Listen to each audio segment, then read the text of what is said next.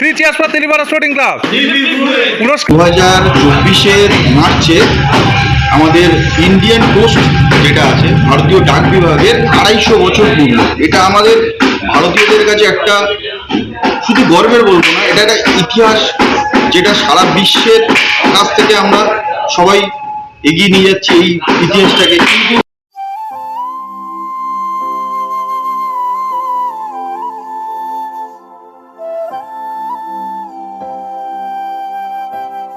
Hello guys, welcome to my YouTube channel. এই মুহূর্তে কিন্তু যে পূজা প্যান্ডেলটার সামনে দাঁড়িয়ে আছি সেটা নিয়ে কিন্তু জয়নগরবাসীর বরাবরেরই উত্তেজনা, এবং জয়নগরের যে কটা সেরা পূজা হয় তার মধ্যে এটি একটা, এবং বরাবরের জন্য এগিয়ে থাকে তিলিপাড়া স্পোর্টিং ক্লাব। এবছর এখানকার থিম কত দূর এবং পূজা প্রস্তুতি কত দূর তা দেখাতে আমি চলে এসেছি। সঙ্গে থাকুন আর দেখতে থাকুন এবছরে 2024-এ তিলিপাড়া স্পোর্টিং ক্লাবের থিম কী।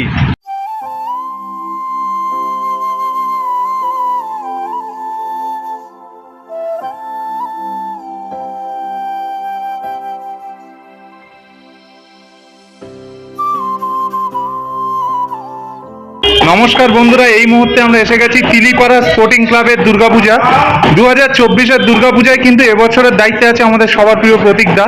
দাদা কেমন আছো বলো? ভালো আছো? হ্যাঁ, সবাই ভালো আছে। তো এবার জয়নগরের পূজার মধ্যে কিন্তু সবচেয়ে সেরা পুজোগুলোর মধ্যে এগিয়ে থাকে তিলিপাড়া স্পোর্টিং ক্লাব বরাবর, আর সেই পুজোর দায়িত্ব বরাবরের মতো এবারেও তোমার হাতে। কেমন মনে হচ্ছে, কি ফিলিংসটা? ভালোই লাগছে। আর এই তো দুর্যোগের মধ্যে কাজ করতে হচ্ছে প্রথম কথা, খুব প্রতিকূল পরিস্থিতি।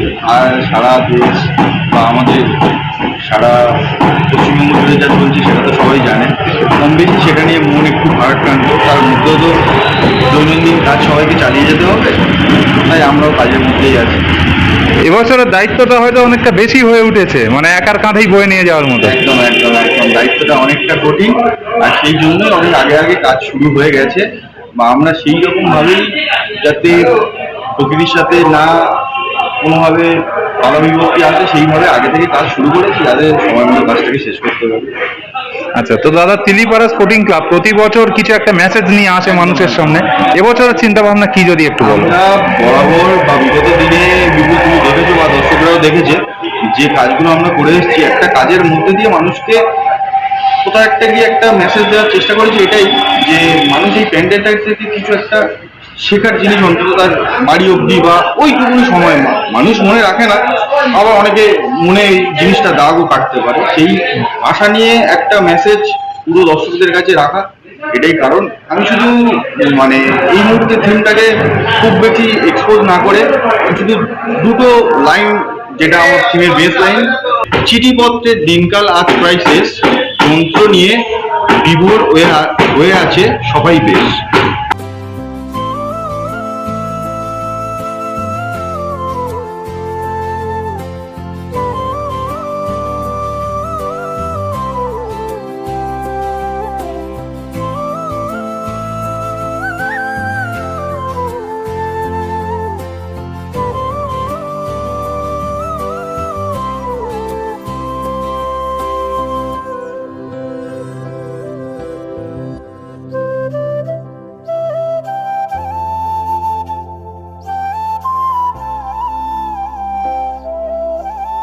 আমাদের 2024-এর মার্চে আমাদের ইন্ডিয়ান পোস্ট যেটা আছে ভারতীয় ডাক বিভাগের 250 বছর পূর্ণ। এটা আমাদের ভারতীয়দের কাছে একটা শুধু গর্বের বলবো না, এটা একটা ইতিহাস যেটা সারা বিশ্বের কাছ থেকে আমরা সবাই এগিয়ে নিয়ে যাচ্ছি এই ইতিহাসটাকে। কিন্তু আজকে মানুষ না কোনো একটা জায়গায় গিয়ে এই জিনিসটাকে প্রায় ভুলতে বসেছে।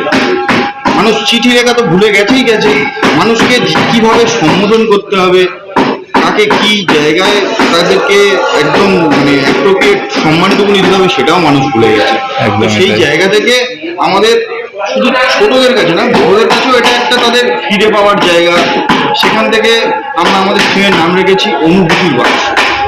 তো গাইস দেখতে পাচ্ছ এখানে এবছর অলরেডি বাঁশের কাজ শুরু হয়ে গেছে, এবং ভিতরে অন্যান্য থিমের কাজও শুরু হয়ে গেছে। এবং বাঁশের যেটা সামনে আমরা স্ট্রাকচারটা দেখতে পাচ্ছি, এটা রয়েছে একটি ডাক বাক্স, এবং এই ডাক বাক্সের কাজটা এখানে শুরু হয়ে গেছে দেখতে পাচ্ছি। এবং এখানে আমরা এন্টার করতে পারবো, সিঁড়ি রয়েছে সামনে, এবং এই সাইডে আরও বিভিন্ন কাজ হবে। তবে যেহেতু এবছরের থিম এখানকার ডাক বাক্স চিঠি, পুরানো যুগের সেই হারিয়ে যাওয়া জিনিস, তো এইখানে বোধহয় সেইটা হবে। এবং ওমা এখানে আমরা আরও একটি সিঁড়ি দেখতে পাচ্ছি, বাট এটা আমাদের ওঠার জন্য না, এখানে কিছু ডেকোরেশন করা হবে।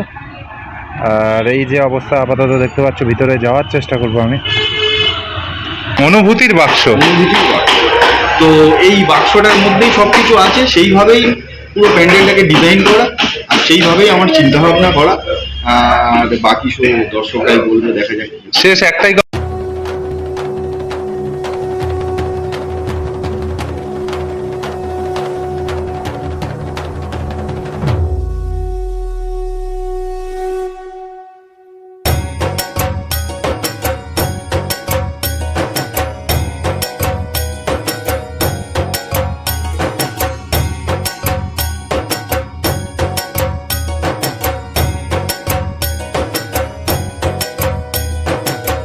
কথা বলবো দাদা, চিঠি মানেই ছিল একটা আবেগ, একটা অপেক্ষা, যেটা মেসেজে আমরা পাই না। না, না। এটা কি মানুষ ফিরে পাবে আবার এখানে এসে? ওই জন্যই আমার থিমের নাম অনুভূতির বাক্স।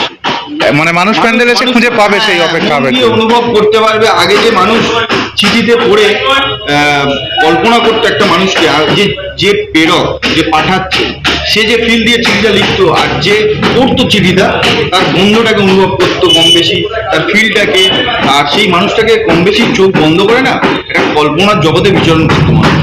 আমার ফিলনেসটাও সেখানে।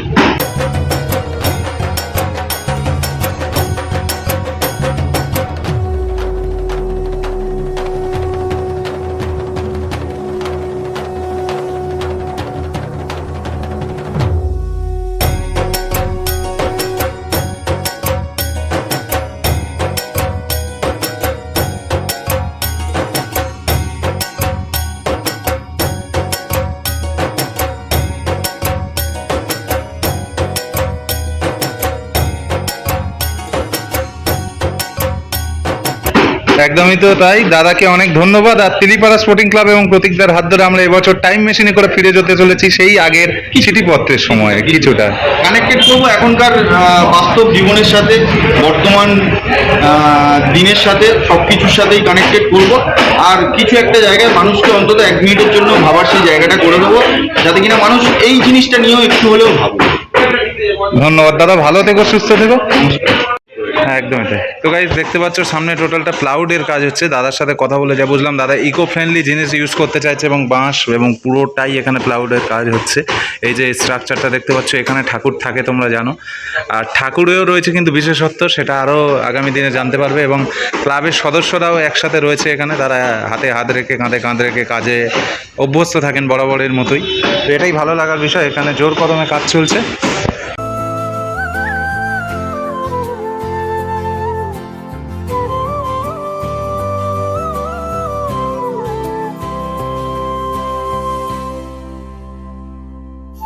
এখন আমরা তিলিপাড়া স্পোর্টিং ক্লাবের সব সদস্যদের একসঙ্গে পেয়ে গেছি। এই স্পোর্টিং ক্লাবের বিশেষত্ব যেটা, এখানে কিন্তু শুধু প্যান্ডেলই নয়, মাসের পর মাস ধরে ক্লাবের সদস্যরা এবং এখানকার ছেলেপুলেরা একসাথে কাঁধে কাঁধ রেখে, হাতে হাত রেখে কাজ করেন এবং নিজেদের হাতেই গড়ে তোলে এই প্যান্ডেল।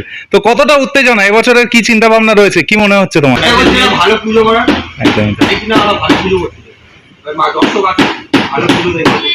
মানে মানুষকে একটা মেসেজ এবারেও দেওয়া হচ্ছে। তো সাফল্য আসবে বলে মনে হচ্ছে নাকি? এবছরও ভিড় জমবে তিলিপাড়া স্পোর্টিং ক্লাব। তো সবাই এক্সাইটেড তো? একসাথে একদম 3 cheers for Tilipara sporting club. পুরস্কার আসার আগেই একটা ঘোষণা হয়ে গেল, ভালো কিছু হোক আগামী দিনে। ধন্যবাদ সবাইকে।